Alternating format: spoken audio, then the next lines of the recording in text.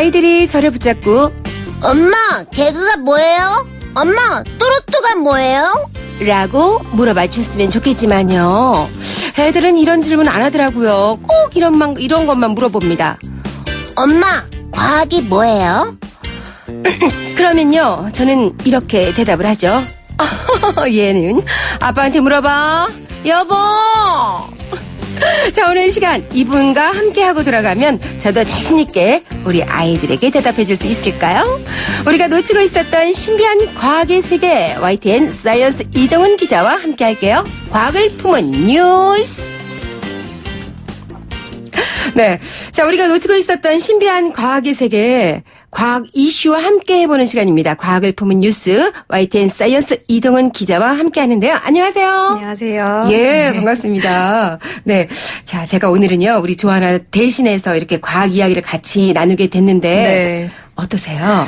뭐 오늘 가뜩이나 이렇게 좀 후텁지근하고 네, 날씨가 불쾌지수가 굉장히 높은데 제가 네. 밖에서 이렇게 듣다가 왔는데 네. 너무 에너지 넘치는 이 목소리를 들으니까 기분이 굉장히 좋아지더라고요. 어우, 감사합니다. 네. 네. 이렇게 에너지를 발산해서 에너지가 많아지면은 에너지는 곱하기가 된다? 아니면은 쓰면 쓸수록 소진된다. 어때요? 과학적으로?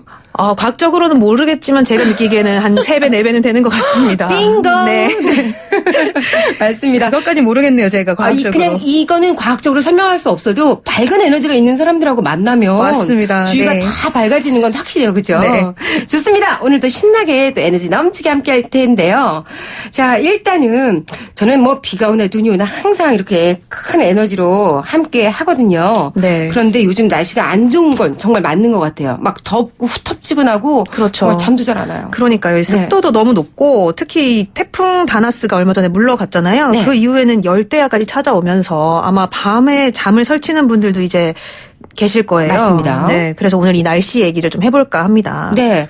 근데 태풍 얘기가 나왔으니 말인데 저는 뭐 사실 서울에 주로 있다 보니까 태풍 네. 피해를 직접적으로 입진 않았거든요. 네. 뉴스로만 봤었는데 근데 남부지방에는 다치신 분들도 계시고 피해가 있었다. 뭐 이런 네. 뉴스가 들려요. 맞아요. 뭐 이번 태풍이 한반도에 도착을 하자마자 소멸을 했어요. 네. 그래서 뭐 큰 피해가 없었던 지역도 있지만 이 남부지방을 중심으로는 아주 강한 비바람이 불면서 피해가 많이 발생하긴 했습니다. 네.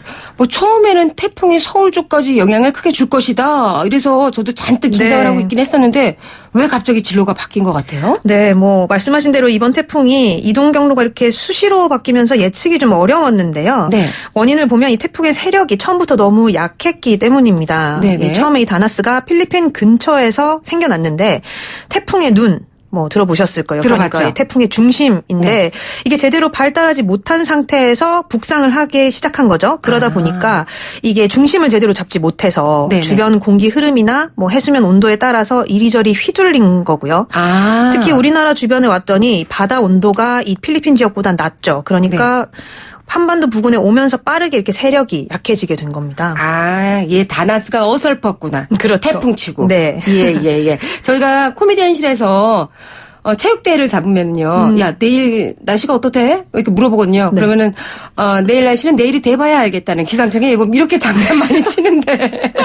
네. 맞는 말씀이네요. 네. 근데 우리 기상청의 이 예측 대체로 잘 맞나요? 어쩐가요? 네, 뭐 이번에는 좀 잘 맞은 편이었는데 네. 좀 재밌었던 게 이 한국이 했던 예측과 네. 미국이나 일본 기상청이 했던 예측이 서로 달랐습니다. 그랬어요? 네, 처음 시작할 때는 이 태풍이 남해안에 상륙할 것이다 이렇게 다 같이 내다봤는데 네. 점점 이 태풍이 서쪽으로 진로를 좀 바꿔가면서 이 예측이 조금씩 엇갈리기 시작한 거죠. 네. 이 우리 기상청 같은 경우는 이 다나스가 전남 해안 쪽으로 상륙할 것이다. 네. 이렇게 봤고요. 뭐 미국이나 일본은 아니다. 좀 더 북쪽으로 가면서 중부지방을 관통할 것이다. 이렇게 예측을 했습니다. 결과적으로는 우리 기상청의 예측이 제일 적중했던 건데요. 그러네요. 네, 뭐 원인을 굳이 이제 꼽자면 뭐 미국이나 일본은 그냥 단순히 이 수치 예보 모델로 태풍 진로를 예측을 했지만 우리나라는 이 실시간 관측 자료를 이용을 해서 오차를 계속해서 바로 잡으면서 이 좀 더 정확하게 예보를 했던 것으로 보고 있습니다. 네.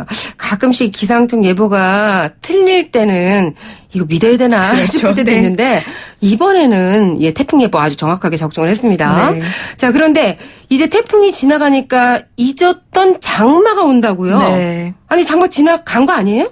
벌써? 그러니까요. 지난달에 네. 한번 찾아왔는데 네네. 제대로 된 장마라고 하기에는 조금 아쉬운 점이 있었어요. 그렇죠. 네, 그때 뭐 제주도나 남부 지역 일부를 제외하고는 거의 비가 안 왔습니다. 맞아요. 뭐 서울에서도 거의 이제 장마라고 했지만 애기 겨우 네, 그렇죠. 네네. 실제로 강수량을 봐도 한 2.9mm밖에 안 왔다고 하거든요. 네. 보통 이 장마 기간 중에 한 23mm까지 비가 온다고 하니까 사실상 정말 적은 양이었어요. 네. 그래서 올해도 이 역시나 마른 장마가 되지 않을까 이런 예측이 나오고 있습니다. 아니 저 어릴 때만 해도 비가 네. 쭉쭉 내리는 그런 곳에서 물장난치고 네. 이렇게 놀았던 기억이 있는데 며칠씩 비가 왔죠. 네, 이제 제가 요즘 와서 이렇게 근래에는 정말 마른 장마다 비가 안 오는 장마다 이런 얘기 참 많이 들었는데 맞습니다. 이거 정확한 뜻은 맞나요? 뭐 사실은 이게 기상학적인 용어가 아니고요. 그냥 뭐 사회적인 용어기 때문에 정의를 내리기는 조금 힘들 것 같고요. 네. 이런 마른 장마가 사실 이런 현상이 나타난 게 한 20년 정도 됐어요. 그러니까 그렇군요. 1999년 정도인데 이때 이 서울에 장마철이 한 18일 정도 됐는데 네. 이 중에서 비 온 날이 5일 정도밖에 안 됐다고 합니다. 아. 그때부터 이제 슬슬 이런 현상이 나타나기 시작했는데 뭐 특히 서울 같은 곳에서는 마른 장마 현상이 지금까지도 이렇게 두드러지게 나타나고 있고요. 네. 이렇게 뭐 장마 기간이나 비가 온 날 또 뭐 강수량 이런 걸 봤을 때 현재 대부분 평균을 밑돌고 있고 또 뭐 어떤 데서는 절반 수준도 예년에 비해서 안 된다. 뭐 이런 관측이 나오면서 이 훨씬 더 이 관측보다 짧고 비가 적게 오는 장마 기간을 네. 이제 마른 장마다 우리가 이렇게 얘기를 하고 있죠. 아니 근데 왜 이런 마른 장마가 나타나는 걸까요? 이 보통 우리가 기상 현상이 바뀐다 이러면 대부분 지구 온난화 영향입니다. 이렇게 그렇지. 얘기를 하잖아요. 그렇지. 그렇죠. 네. 마찬가지입니다. 마른 장마도 지구 온난화의 영향이 가장 크다고 보고 있어요. 네. 이 장마전선 아시죠? 네, 알죠. 장마전선 뭐 굳이 우리가 교과서 얘기를 하지 않더라도 뭐 예보 보시면 항상 나오는 게 이 장마전선 얘기인데 네. 우리나라의 경우는 뭐 북태평양 고기압 그리고 오호츠크의 기단 네. 요거는 좀 기억을 해주시면 좋을 것 같아요. 요 네. 두 가지가 서로 만나는 지점에 있어요. 그러면 네. 이 두 개의 공기 덩어리가 한반도 위에서 서로 세력 다툼을 하는 거죠. 그렇죠. 그러면서 이 길게 둘 사이에 경계선이 생기는데 이게 장마전선이에요. 이 네. 장마전선이 이 세력에 따라서 오르락 내리락 하면서 그 부근에 집중적으로 비를 뿌리는데 이게 지구 온난화가 되면 극지방의 온도가 올라갑니다. 그러면 이제 위에서 내려오는 오호츠크의 기단의 세력이 너무 세지는 거예요. 네. 그러면 이제 그 밑에서 올라가는 기단이 제대로 올라가지 못하겠죠. 그러면서 여기에 몽골에서 내려오는 대륙성 고기압까지 더해지면서 북태평양 고기압이 한반도까지 오질 못합니다. 그리고 그 전에 일본 쪽에서 이 갖고 있던 장맛비를 다 쏟아버리는 거죠. 네. 실제로 일본이 지난해에 대폭우가 왔었어요. 그리고 올해도 우리는 지금 뭐 마른 장마다 하면서 뭐 일부 지역에서는 물이 부족하다 이런 얘기까지 나오고 있는데 일본에는 올해 초에도 이 1000mm 이상 비가 쏟아진 곳이 있었다고 합니다. 거기 섬인데 그러니까요. 이렇게 비가 많이 오면은 섬이 점점 잠기면 어떡해. 걱정이네 또. 네. 예, 우리가 매번 공부했던 거 있잖아요. 시베리아 기단은 그렇죠. 겨울, 네. 뭐 여름에는 북태평양 기단. 네. 근데 얘네들이 제때 활동을 해줘야 비도 충분히 좀 내리고 이렇게 될 텐데 네. 예전에 우리 겨울에요 눈이 허리까지 쌓였었어요. 맞아요. 네. 80년대 초반에. 네네. 지금은 발목까지 쌓여도 많이 왔다 이러잖아요. 그렇죠. 네. 눈 오는 시기도 굉장히 많이 달라지고 있잖아요, 지금. 맞습니다. 네. 그래서 제가 나 어릴 때 말이야 허리까지 쌓여 이러면은 다 안 믿어. 친절하니까. 야 이게 다 지구 온난화 때문이구나. 우리가 네. 자연을 정말 보호하고 아껴야 됩니다. 맞아요. 네. 자 그렇다면 올해는 계속 이렇게 제대로 된 장맛비 우리가 정말 만나볼 수 없는 거예요? 뭐, 이 말씀하신 대로 뭐 기후가 계속 바뀌고 있어요. 네. 요즘에는 아열대성으로 바뀐다 이렇게 얘기를 하잖아요. 네.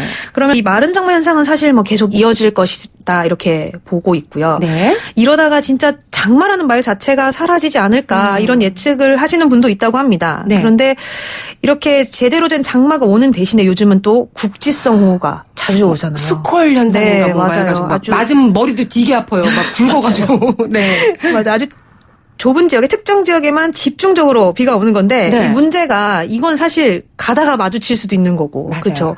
예측할 수가 없어요.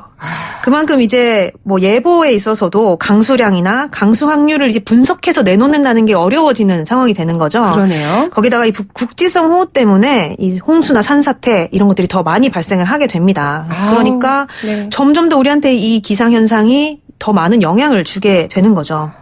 이 자연이라는 것에는 순응하고 살아야 되기 때문에 네. 이것이 이렇게 막 예측할 수 없을 정도로 변화가 된다면 참 많이 생활이 어려워지거든요. 맞아요.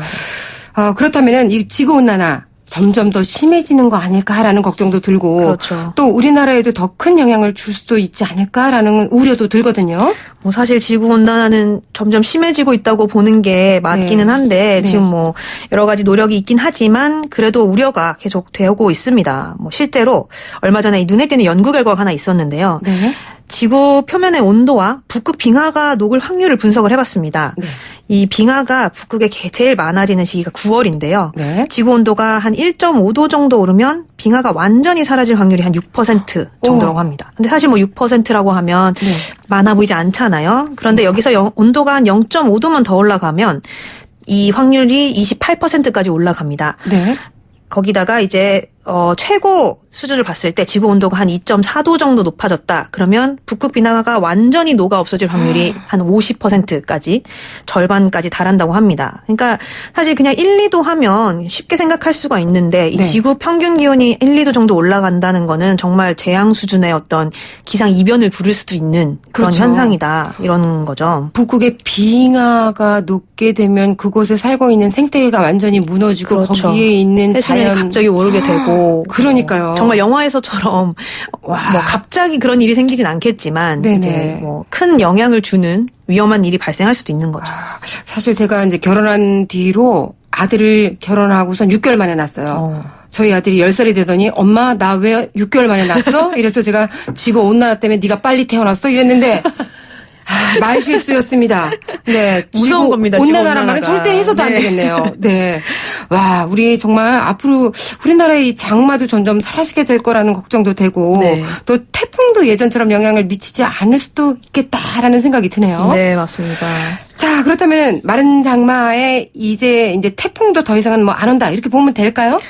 기상청에서는 앞으로 한두 개 정도 태풍이 우리나라에 더 영향을 줄 것이다 이렇게 보는데요. 네. 한반도 부근의 수온은 그래도 상대적으로 낮은 편이지만 아까 앞서서 얘기했던 그 필리핀 정도 네. 부근의 바다 수온은 여전히 30도가 넘을 정도로 굉장히 뜨겁습니다. 네. 거기다가 이제 뭐 점점 더 온도는 뜨거워지겠죠. 그만큼 이제 태풍이 생길 확률이 높아진다는 얘기인데요. 그렇군요. 통계적으로는 우리나라 이 태풍이 가장 많이 찾아오는 시기는 8월입니다. 네. 그래서 이제 점점 이 바다 수온이 오르고 날이 뜨거워지게 되면 그만큼 이 태풍의 강도가 세지면서 태풍이 올 확률이 높아지게 되는 거고요. 뭐 예보상으로는 네. 올여름에 뭐 중대형급 태풍도 우리나라에 영향을 줄 수 있다 이런 얘기도 나오고 있습니다. 옛날에 우리 매민가 왔을 때 얼마나 맞아요. 무서웠어요. 네. 매미는 지금도 많은 분들이 기억하실 거예요. 뭐 나 어린 나이인데 기억하네. 근데 저기 태풍에 대비하는 팁 좀 알려주세요. 네, 뭐 일단 태풍이 온다 하면 제일 먼저 떠오르는 게 이 창문에 신문지 붙여가지고. 그렇죠. 젖은 신문지를 붙이거나 맞아요. 네. 그리고 X자로 X자로 이렇게 테이프 쫙 붙여놓고. 그렇죠. 네, 맞습니다. 해보신 적 있으세요? 당연하죠. 아, 그러셨어요? 예, 예. 뭐 다들 이제 이렇게 하면 유리창이 좀 안 깨진다 이렇게. 절대 안 깨진다 그래가지고 제가 다 붙여놨었어요. 아. 쫙쫙. 근데 뛸 때 되게 힘들어요, 그거. 찐득이 때문에. 다 자국이 남더라고요. 네. 그죠? 네, 물론 저도 해봤는데 이게 네. 사실 별 효과가 없다고 합니다. 없어요? 네. 이게 실제로 실험을 해봤더니 네. 태풍이랑 이 맞먹는 한 초속 50m 정도의 강풍을 방풍이 불었을 때 테이프를 붙인 유리창과 안 붙인 유리창이 비슷하게 깨진다고 합니다. 네. 그러니까 뭐 테이프 붙여도 여전히 유리창은 깨진다는 거죠. 그렇군요. 그럼 어떻게 해야 돼요? 뭐 이렇게 유리창에 직접 테이프나 신문지를 붙이면 깨졌을 때 뭐 파편이 조금 덜 튀는 정도 뭐 요 정도의 완화 효과는 있을 수 있지만 네. 파손 자체를 막지는 못하고요. 제일 중요한 건 창문과 창틀 사이가 벌어지지 않게 하는 거라고 합니다. 네. 이 바람이 세게 불면 창문이 흔들리면서 충격이 가해지게 되는데 일단은 창문을 최대한 잠가서 이 네. 틈을 줄여주시고요. 그리고 테이프는 창문이 아니라 창문 가장자리에 붙여서 이 유리를 바람이 창틀에 새는 걸 막아라. 네, 창틀과 이렇게 밀착을 시켜줍니다. 그리고 네. 신문지도 이 창틀에 혹시 빈틈이 있다면은 그거를 이제 메워서 고정을 하는 데 쓰시는 게 좋습니다. 네. 그렇군요. 만약에 그래도 창문이 깨지는 게 좀 걱정이 되신다 하면 이 시중에 안전필름이 있습니다. 네. 이게 생각보다 좀 효과적이고 가격도 많이 비싸지 않거든요. 유리창 파편이 튀는 거를 이제 막아주는 효과가 있기 때문에 좀 참고하셔서 큰 태풍이 온다 하면은 하나 정도 이제 준비하시는 것도 좋을 것 같아요. 아우, 예. 네. 아주 귀한 정보와 말씀 감사합니다. 네. 저도 이런 거 하나는 집에 구비를 해놔야겠어요. 네. 자, 지금까지 우리가 놓치고 있었던 신비한 과학의 세계, 과학을 품은 뉴스, YTN 사이언스 이동훈 기자와 함께 했습니다. 오늘 고맙습니다. 감사합니다. 네. 노래 챙겨드릴게요. 임형주의 노래입니다. 1000개의 바람이 돼요.